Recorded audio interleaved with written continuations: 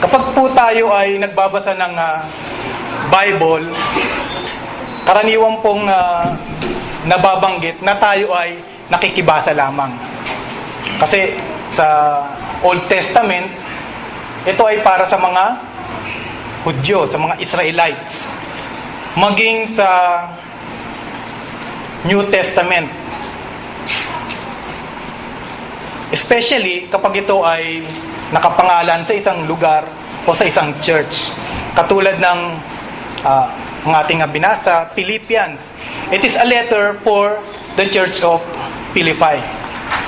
Sa Corinthians, sulat ito ni Pablo para sa mga taga-Corinthians. Galatians, Thessalonians, maging si Peter, at si John the Beloved. So nakikibasa lang tayo sa sulat ng may sulat. Karaniwan nating naririnig. At kapag tayo ay nagbabasa, mayroong four kind of understanding tayo na makikita. Mayroong mono, which is kumbaga 1D, kung saan pag binasa natin as per se, as literally, nakukuha natin, nagagrasp natin. Meron namang 2D, meron ng understanding, but skin deep, di po ba? Mababaw pa lamang. Meron namang 3D, which laging tinuturo sa atin, na i-apply na natin yung tinatawag nating specs. Di ba? Sin to avoid, promises to claim, ina-apply na natin yan. Example to follow, command to obey, and some other teaching. Kine-check na rin natin yung mga background, even nako-correlate na rin natin, na i-relate na rin natin sa ating mga sarili. Pero yung pinaka-highest, which is ngayon nga, di ba, meron ng tinatawag na 4D. 4-dimensional na. As in talagang kita mo na. At that time, kapag nandirito na tayo sa ganitong aspeto ng pagbabasa natin ng Bible, ng Scripture, nakikita na rin natin o nararamdaman na rin natin yung emotion na meron yung nagsulat. We can also read between the lines. Nabibreak na rin natin yung barrier ng not being just a reader, but parang naroroon ka na rin, parang sa'yo na rin yung sulat na ito. So hindi mo lang na-i-apply, hindi lamang basta understanding, kundi meron na talagang wisdom coming from our Lord Jesus Christ. Of course, mayroong paghipo or paggabay ng Holy Spirit sa atin. Especially tayo na mga Kristiyano. At dito, sa ating binasa, i-apply natin. Ano bang klaseng emotion meron between Paul and the Church of Philippi? Sa mga taga-Philippians. What kind of emotion has Paul on the Church of Philippians? Ano nga bang meron? Masasabi natin, there is longing between Paul and the church. Gustong-gusto niya makita Kaso nga lang, mayroong hadlang He was in prison at that time. He was in prison. Nasa prison siya at maraming beses binanggit sa aklat ng Pilipos. What kind of memories has Paul on the Church of Philippi? We can ask, anong klase bang memories meron? What transcend itong longing na ito kay Paul? Of course, we can say it's a special memories. Special memories.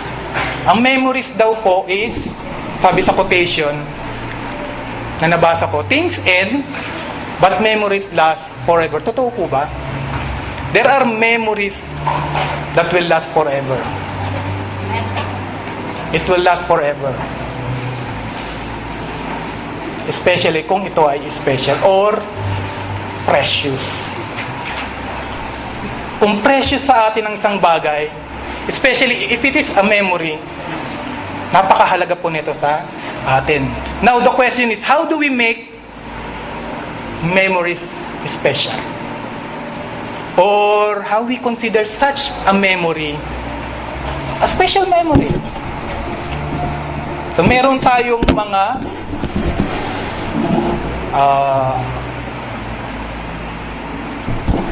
mga kapamaraanan para masabi na ang isang memory is special for us. Di po ba? At ang isa sa mga ginagamit natin is, yung una is kapag mayroong first time na nangyari sa ating buhay. Kunyari sa mga bata, ano ba ang first word na binanggit niya? Mama ba or papa? It is special for us. Mama or papa? Last time, si Timothy, naglalakad siya. At ang lahat ng mga tao, tuwang-tuwa. It is a special memory na kung saan nakikita natin yung first steps niya. Kung paano siya lumakad. Sa atin, sa mga mag-asawa, meron din. First time na kung saan nagsabi siya ng I love you sa'yo. First time na kung saan nagbigay siya ng flower, ng chocolate, and so on and so forth. It is special. At nangingiti ata si Ate Irene. Mukhang naaalala niya ang mga special memories niya. So, una is first. Mga first time na nangyari. Sa atin pong binasa, mayroon din pong mga first na nangyari. Alam niyo po ba na ito ang first European missionary journey ni Paul? Karaniwan po siya ay nasa Asia. Ang target niya talaga is Asia. At first time na kung saan pinigilan siya ng Holy Spirit. 3 times siya nagpunta sa lugar pero hindi nangyari, hindi siya napunta doon. Ang sabi, pinigilan siya ng Holy Spirit. Pababasa po natin yan sa Acts 16. Sa mga nag-aaral ng Book of Acts, nasa Acts 16 yan.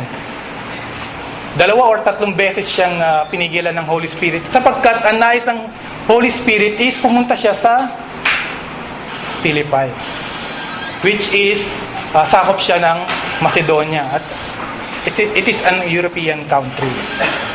So, first time European missionary journey ni Paul, first time din na pagpigil ng Holy Spirit, at makikita natin doon yung first European convert.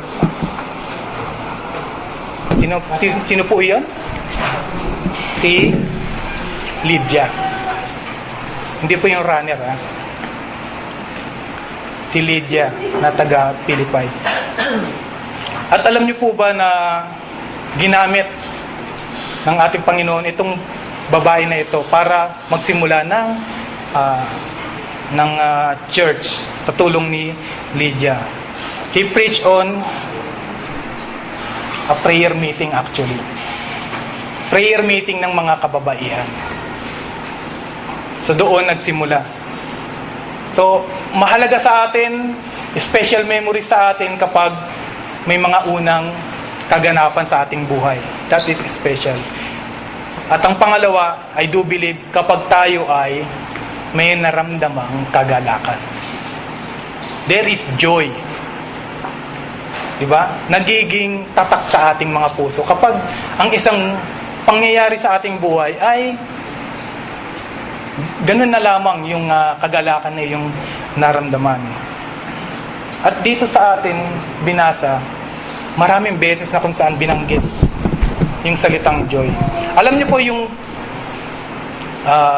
Book of Philippians, ang sabi ng mga theologians, it is an epistle of joy. Kasi makikita doon yung grabing kagalakan mayroon si Pablo. Kaya nga ang sabi nila, etong Church of Philippi, sweetheart church ni Paul. Sweetheart church.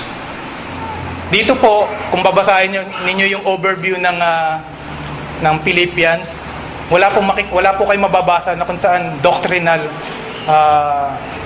malalim na katuruan. Kundi bagkus puro encouragement. Encouragement.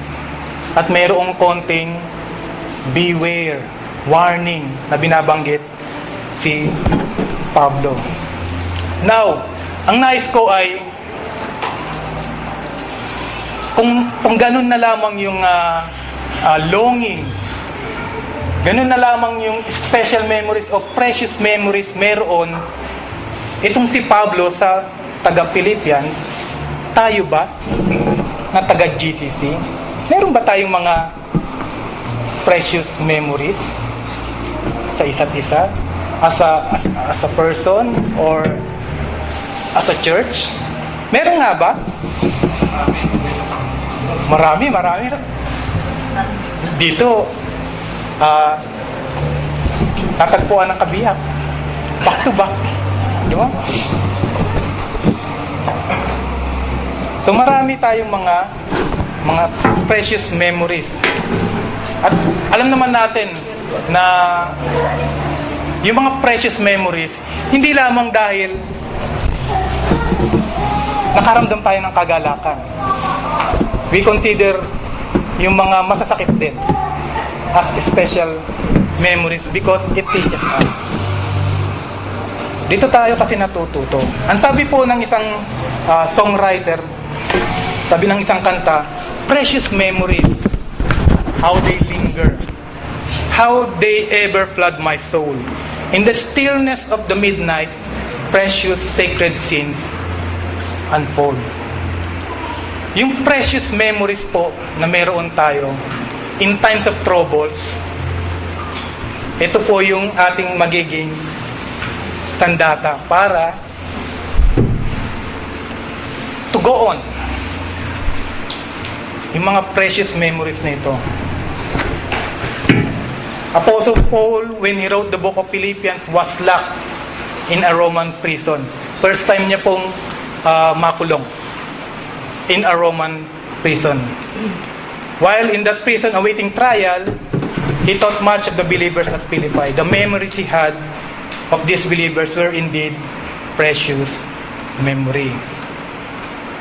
In the stillness of Paul's midnight of sorrow and trial, Paul found comfort and joy as precious memories lingered. Ang sabi nga, flooding his soul with sacred scenes. Kaya naman masasabi nating sweetheart church ni Paul ang taga-Philippians. At pag tinignan po natin, Paul began the letter with a customary greeting. Binanggit po lahat. To the elders, to the deacons, to all. Binanggit niya. Wala po siyang kinalimutan.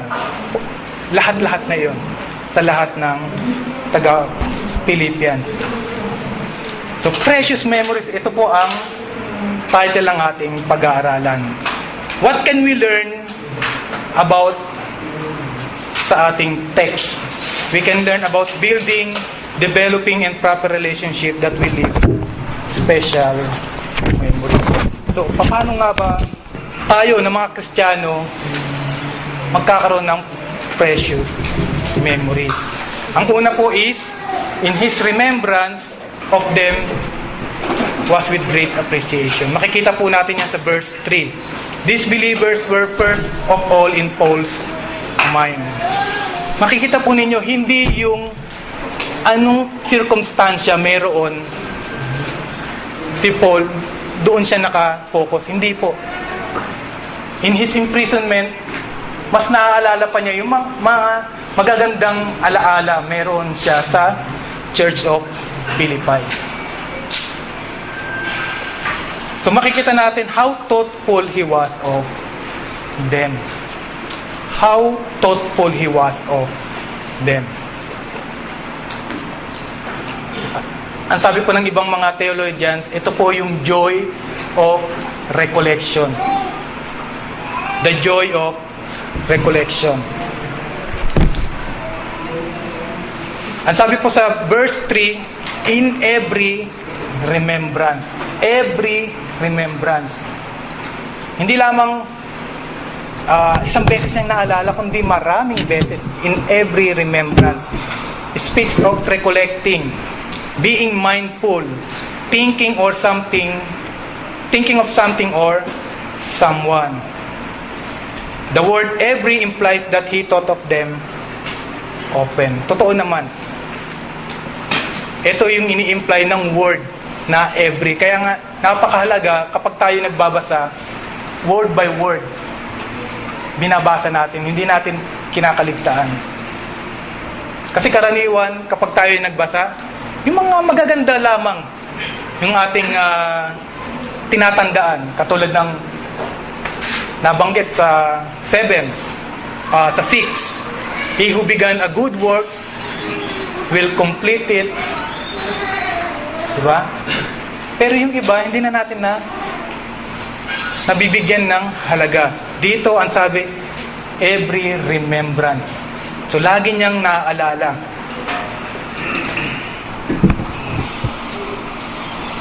Ang isa sa mga failure ng ating buhay, alam po ninyo, is that we are forgetful.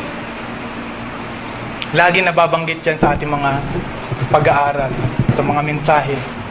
We tend to forget, and that is one big failures in our life. Especially kung kakalimutan mo yung mga magagandang bagay or mga magagandang ginawa sa iyo ng mga tao. Ang sabi po sa isang illustration, meron daw pong isang mag-asawa, sila ay umalis at nagpunta sa isang lugar. Ang sabi ng matanda na po sila. Ang sabi ng isa, honey, when we left our home, nakalimutan kong patayin pala yung kalan. Nakalimutan kong patayin yung kalan. So nag-aalala siya. Ang sabi ng kanyang asawa, huwag kang mag-alala. Kasi nakalimutan ko din namang isarado yung faucet. So yung sunog, hindi naman masusunog kagad or hindi kung merong apoy, meron dong tubig. So the lesson is sinabi iyon ng kanyang asawa to comfort yung babae. Of course, ito ay isang illustration lamang. So, of course, hindi natin dapat ilapat sa ating mga private na buhay. But the thing is, we have to comfort. Maging thoughtful tayo sa isa't isa. So, kung failures natin ang pagiging makakalimutin, ang bigger failure natin is when we forgot God, especially in our life. We are forgetful sa mga tao na kung saan nagbibigay sa atin ng magandang alaala, even bigger failures natin kapag ang Diyos ay ating kinakalimutan. Ang mga taong na ating nakakasalamuha, tandaan po natin, bigay po yan ng Diyos. At kahit na mayroong mga masasakit na alaala sa mga tao na iyan, still, bigay sila sa atin ng ating Panginoon. Now, etong Church of Philippi, perfect church ba siya? Of course not.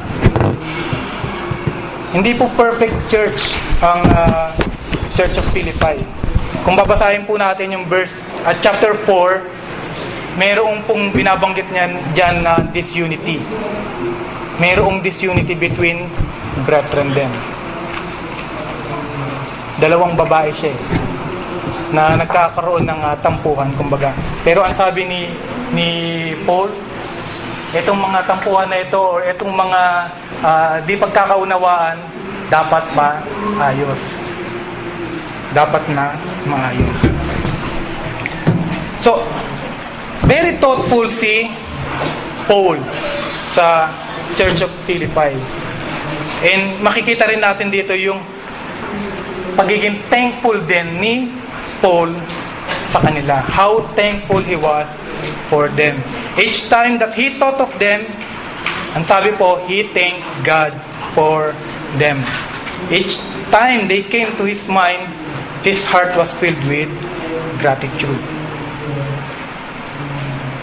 Yung salita pong thank you, pag binasa po ninyo sa Thesaurus, ang pinagmulan po niya, ang pinaka-root word niya, or pinagmulan na salita is think. Think. Kasi, paano nga naman tayo magiging thankful if you are not thoughtful or you are not thinking about yung good deeds na ginawa ng isang tao. So it evolves from think to thank you, to thank. So thankful tayo because we are thoughtful of them. So thoughtful at thankful. Pag binasa po natin yung etong ating text, hindi po siya katulad ng ibang mga sulat niya sa ibang church. Sa Galatia, ang sabi niya, "O foolish Galatians, sino ba ang nagbiwit sa inyo?" Or maging sa Corinthians, ang sabi niya, "I could not write unto you as spiritual, but as carnal." Kaya naman makikita natin how thankful itong si Paul sa Philippians. In some cases of our life, when we think of others, it brings sadness, di po ba? It brings sadness. We think of those who hurt us. We think of those who disappoint us. We think of those who are no longer serving God. To remember certain things, one brings back dreadful memories rather than delightful memories. Makita mo pa lang ng isang kapatid, naalala mo kagad yung mga masasakit na salitang binanggit niya laban sa iyo o ginawa niya laban sa iyo.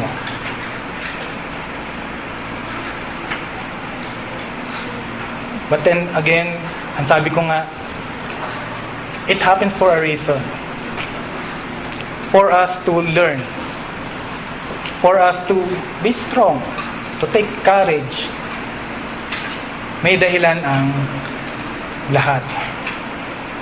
At dapat lamang maging thankful tayo even at this people. Kailangan maging thankful pa rin tayo sa ating Panginoon. So if we are thankful, kailan ba ang huling sinabi natin yung salitang thank you? Kanina? Kahapon? Last month? Last year? Or ngayon lang? Thank you! Ngayon lang.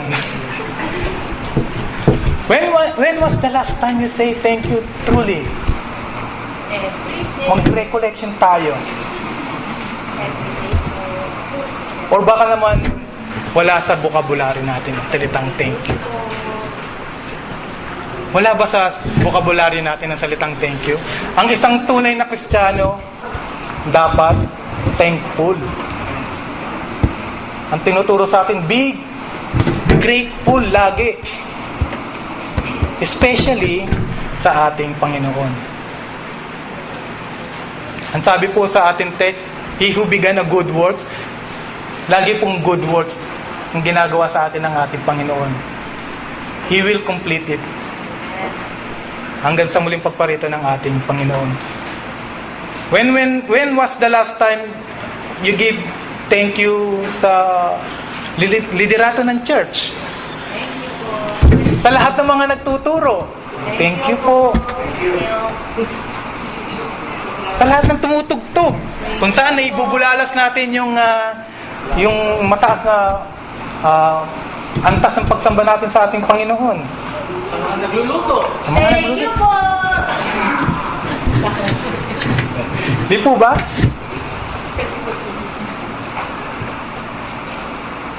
So dapat bukang bibig natin as a Christian, true Christian, yung salitang thank you. Amen.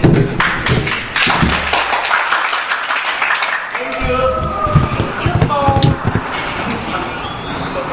Ano po ba ang nangyayari at hindi natin nasasabi yung salitang thank you? We are caught up in our own lives. Mas namamagnify kasi natin yung circumstansya na mayroon, yung down circumstances ng ating buhay. Kaya naman, wala akong dapat na ipagpasalamat kasi wala akong makita maganda eh. But we know, pag inangkin natin yung pangako ng ating Panginoon sa Jeremiah 29:11, ang sabi doon, I have a good plan for you. I'll give you hope and a good future. So, yung salitang thank you, dapat bukang bibig natin.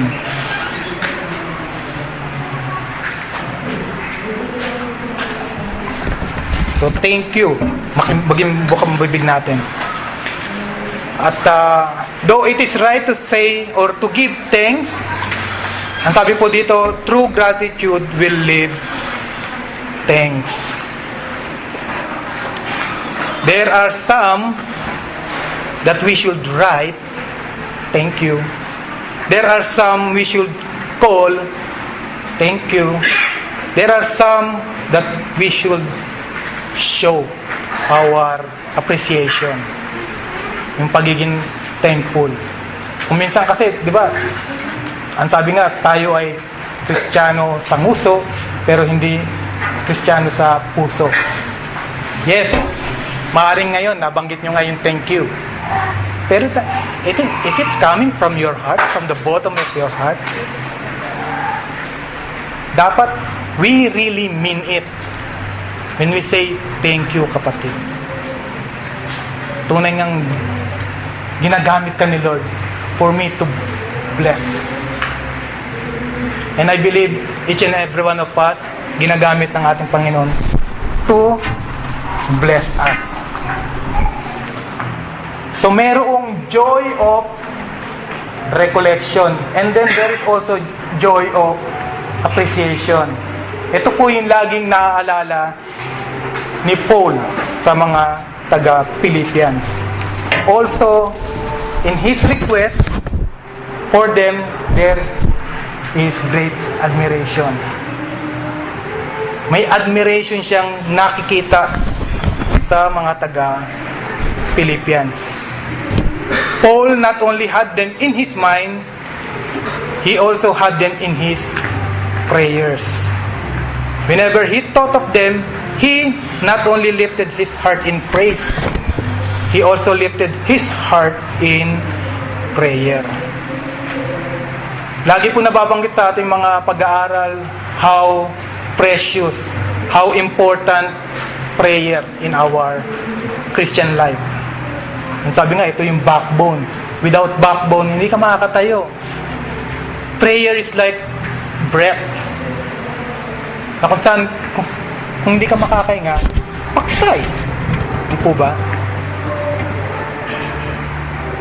Sa prayer din, nililinang yung ating karakter. Yung karakter natin as a true believers. So ano ba yung makikita nating admiration meron na dapat din nating ginagawa as a church dito sa ating text? Una is that Paul prayed purposely for them. He prayed purposely for them. The word prayer and the word request o yung petition, iisa lang po yan. When we pray, we utter our request, we utter our petition sa ating Panginoon. They speak of asking God specifically for something. It describes bringing our petition before God. And Paul prayed for them and prayed with a purpose. He prayed for the needs that he knew on in their life. Kung kanina nabanggit ko na isa sa mga failures natin is being forgetful, ang isa rin pong failure natin as a Christian, kapag tayo po ay hindi nananalangin. When we are not praying or having a prayerful life. Dapat po alam natin yung kahalagahan ng prayer sa atin. Kung napakahalaga sa atin ng cellphone, na kung saan hindi ka mabubuhay. Kapag wala ito, kung minsan kasi literally na di ba? Nasaan ang cellphone ko? Sira ang araw ko. Hindi po ba? Ganun na lamang yung galit mo. Sira na yung araw, hindi ka na makapagtrabaho, or whatever, dahil sa cellphone lamang. Kasi ito yung nagiging bridge natin, di ba? To communicate sa ibang tao. Especially sa ating mga loved ones. Dito man or sa Pilipinas. Pero sad to say, yung pinaka-cellphone natin sa ating Panginoon para makausap natin siya, which is prayer, hindi natin yun utilize. Sabi nga, prayer, the Lord is just a prayer away, 24/7. Hindi mawawala eh. Hindi katulad ng cellphone na mawawala, maaaring mawala sa atin. So, there is no doubt that the area of our greatest failure is our prayer life. Someone has said, sabi po, the popularity of a church is measured sa Sunday or Friday morning service. Yung sa attendance. The popularity of a preacher is measured in its Sunday evening attendance or sa Friday evening attendance. Ano pong pagkakaiba nila? Kapag morning, karaniwan mga kabataan. At marami iyan. So kapag marami siya, yung church na iyan, talagang very popular. Pero pag sa gabi, ito na yung mga talagang magtatanda na, yung mga mayroong ginagawa or busy sa umaga, na kung saan halos ipagpapalit na yung worship service dahil pagod na nga eh. So kung marami pa rin na umaatin sa preacher na iyon, popular yun. However, the popularity of the Lord is measured what? By the prayer warriors in prayer meeting. Kapag marami po na umaatin ng prayer meeting, popular si Lord. Why? Kasi mas inuna nila eh.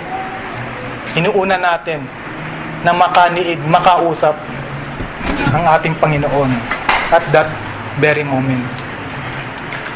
And you know what? Even greater failure is how we fail to pray for others. Maaring tayo ay prayerful privately.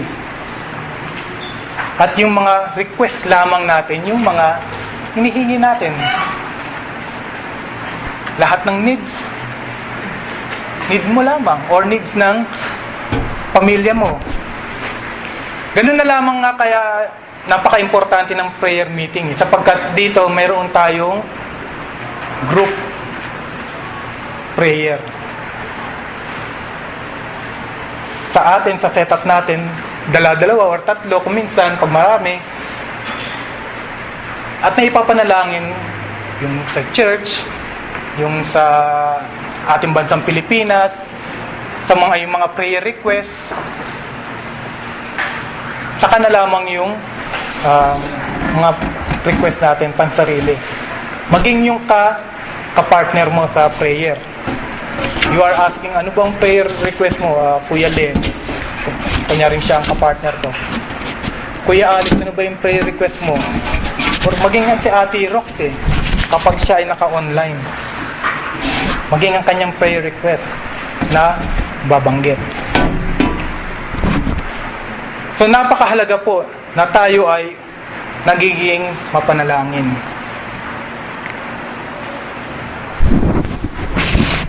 Ang sabi po ng isang illustration, mayroong pong isang bata na kung saan nag-travel for medical reason. Kailangan niyang undergo ng surgery. At sapat lamang yung kanyang pera na dala para sa procedure.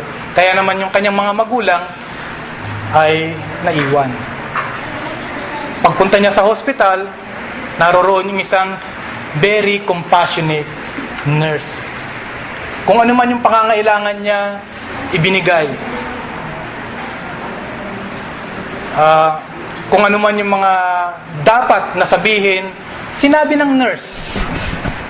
And then, nung natapos na, meron ka pa bang kailangan o katanungan? Sabi ng nurse sa bata. Alam niyo po ang sabi ng bata? Who will pray for me? Who will pray for me?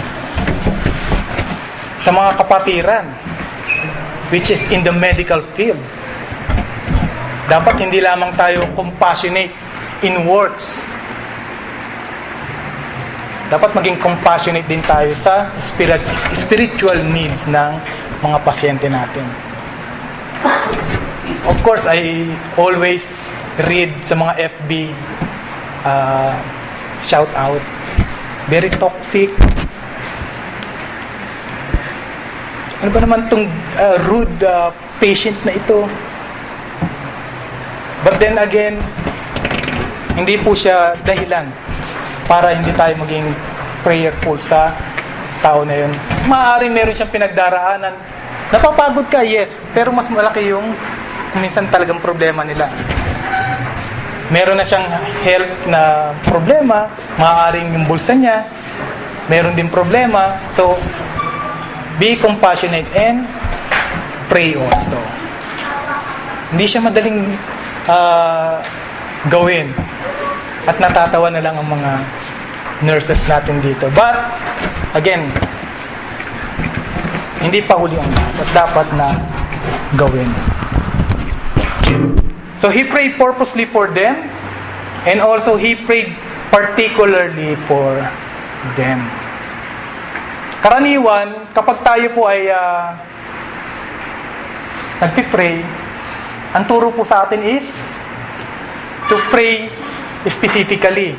Ano bang gusto mong sasakyan? BMW, Toyota, Kia,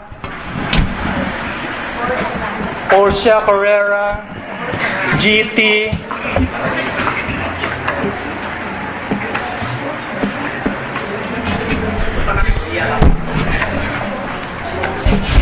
Kailangan din po maging particular din po tayo sa mga tao ang pinagpipray natin.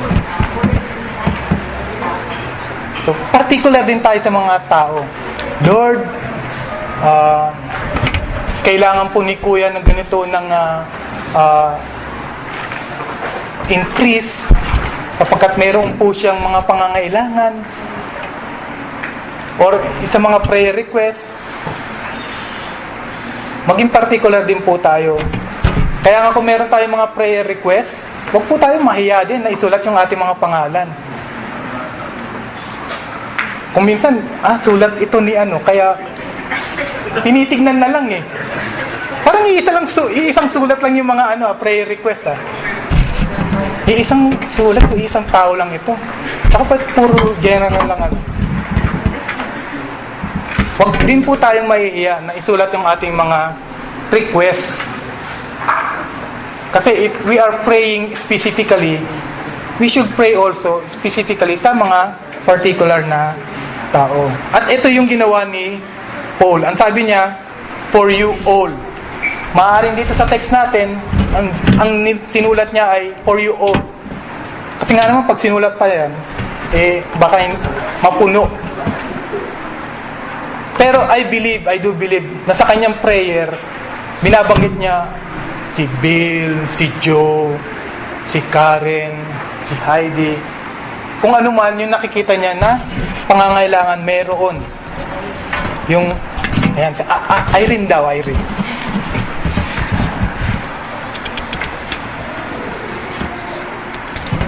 So, one of the greatest lessons that we can learn from this text is that we could learn in prayer, not only praying specifically for something, but prayer particularly for someone. So, let us pray also particularly sa mga prayer requests na meron tayo. So, he prayed particularly for them. Also, he prayed perpetually for them. Ang sabi po niya, always in every prayer of mine. Sa lahat, every time I am praying for you. Ang sabi po sa 1 Thessalonians 5:17, pray continually. Pray without ceasing. Di po ba? And it is true. It is true. Dapat lamang that we should pray without ceasing. Pero dagdagan po natin. Pray without ceasing also for others. Kasi kapag nakikita natin, parang well off naman yung buhay ni kapatid eh. Parang ang saya-saya naman niya. Parang wala naman siyang problema. Pag-pray na magkaroon ng problema. Meron at mayroong pangangailangan ng bawat isa. Maging ito ay in general. So let us also pray without ceasing for others. And D, Paul prayed pleasurably for them. Hindi dapat burden sa atin na tayo ay nagpipray. Siya na naman, pagpapray ko. Last month, siya na eh. Di pa ba natatapos itong problema na ito? Pinagpipray na naman. Ang sabi po, with joy. It was with joy that he prayed for them. Kapag meron tayong mga prayer requests, dapat masaya tayong bumubunot. Hindi yung burden siya. Parang nilamukos na to ah. Di ba yung mga ano natin eh. Sa sobrang tagal na eh. Para nang parang mapuputol na nga, mapipilas eh. Ito na naman pa. Wala pa bang, hindi pa ba nasasagot to? Pray without ceasing. So, dapat po, kung nasasagot na yung mga prayer request natin, tinatanggal po natin, ha? So, let us pray with joy for our brethren.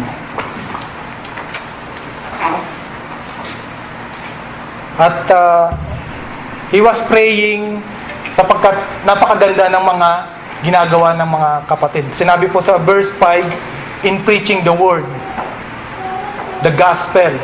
Kaya naman ganun na lamang yung joy niya sa pagpipray. In doing God's work sa verse 6. Kaya naman ganun na lamang yung kagalakan ni Paul na ipag-pray sila. So prayer is very important for us as Christians. At dapat lamang that we pray particularly for them, perpetually, and with purpose and pleasure. So, ano pa yung lesson na makikita natin? 3 is that his relationship with them was with great affection. They were in his mind, in his prayer, and in his heart also. At makikita natin yan sa verse 7. He thought about them, prayed for them, and was personally close to them. Makikita natin yung deep love na meron si Paul sa mga taga-Philippians. Meron ba tayong love sa ating mga brethren? Or deep hatred?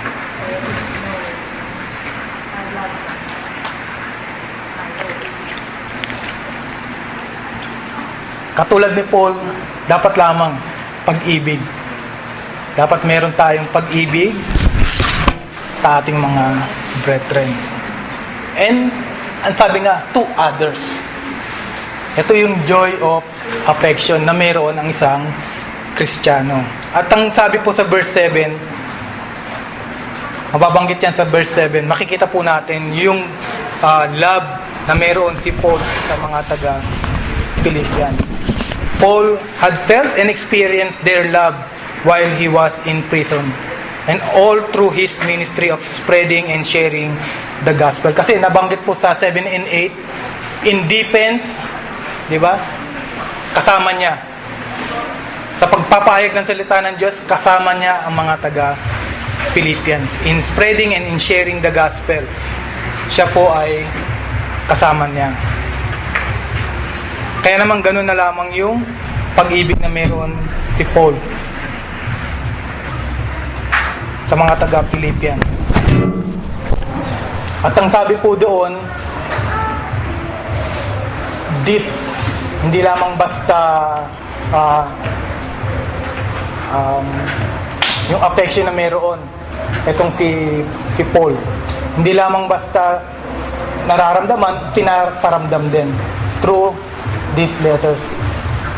Ilang beses kasi din na tinulungan ng mga Philippians itong si Paul in his imprisonment.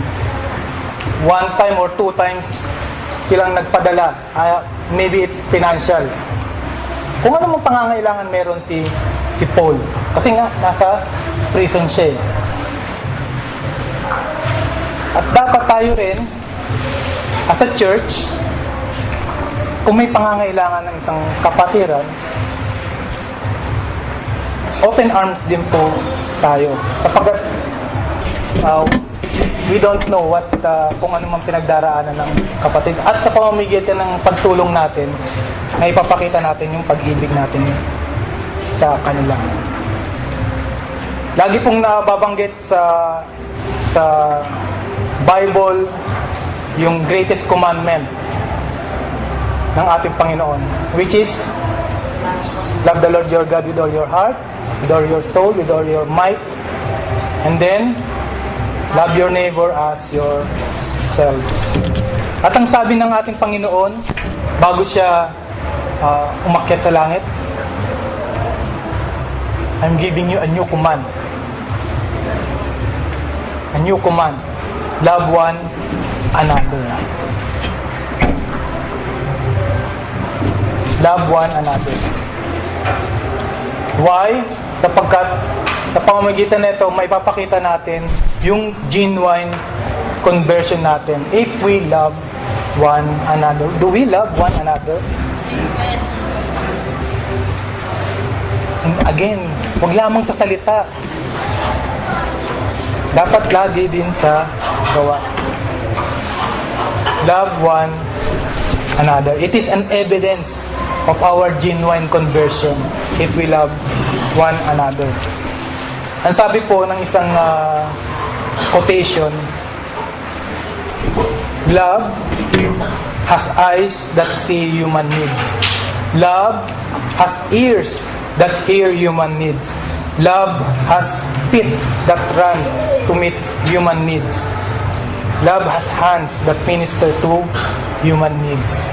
Meaning, iparamdam natin, ipakita natin. Hindi lamang sa salita, kundi higit sa lahat sa gawa. So, makikita natin yung deep love na meron si Paul sa mga taga-Philippians. At ito ay, of course, divine love. The divine love Paul had for them. Divine love, or sa mga pag-aaral natin, Filial love. Ang sabi nga po, di ba, tayo ay brothers and sisters keeper. We shoulder each other burden. Again, as a church, sa pag-aaral namin ng Doctrine of Church, ang church is not just merely the building. It is you, first of all. Kapag ang ating mga katawan ay templo, ang ating mga puso ay templo ng Holy Spirit. That is why you are a church. And also as a group. Kalipunan ng mga mananampalataya. That is the church. So dapat lamang we express love, yung filial love natin sa isa't isa. Maaring sa atin mayroong sa mga oras na ito we can say, they can say, he or she can say, I cannot love because for so many reasons. For so many reasons. And sa dami, hindi na natin ma-enumerate. But I do believe na nagiging dahilan nito ng ilan. I cannot love because of so and so. But you know what? You can love because God loved us. Because God loved us. Kasi nababanggit ko minsan, I cannot love because no one loves me. But truly, someone, and that is our Lord Jesus Christ, who died on the cross, He loves you. Ang sabi ng post ni Kuya Kit, Jesus Christ literally loved us to the death. He loved us. Kaya nga, very precious yung memories na meron itong si Paul sa mga believers in Philippi. Dahil ganun na lamang yung pag-ibig nila sa ating Panginoon. So in conclusion po,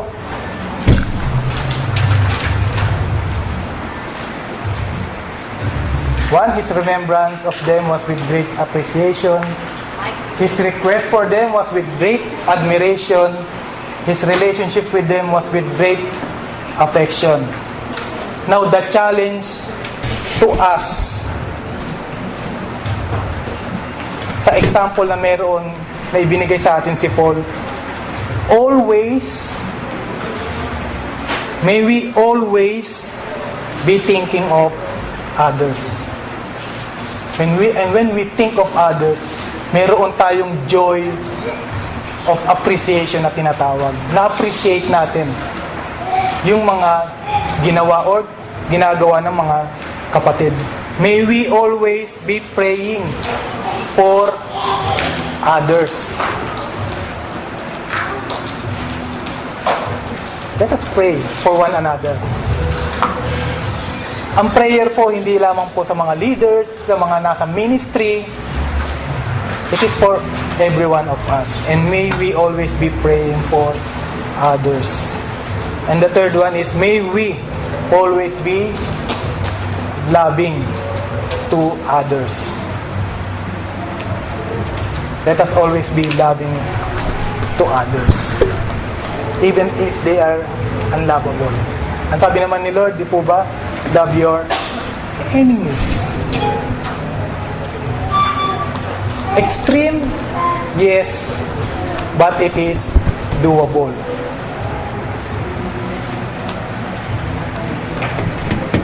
Just focus on the love of Christ and learn how to love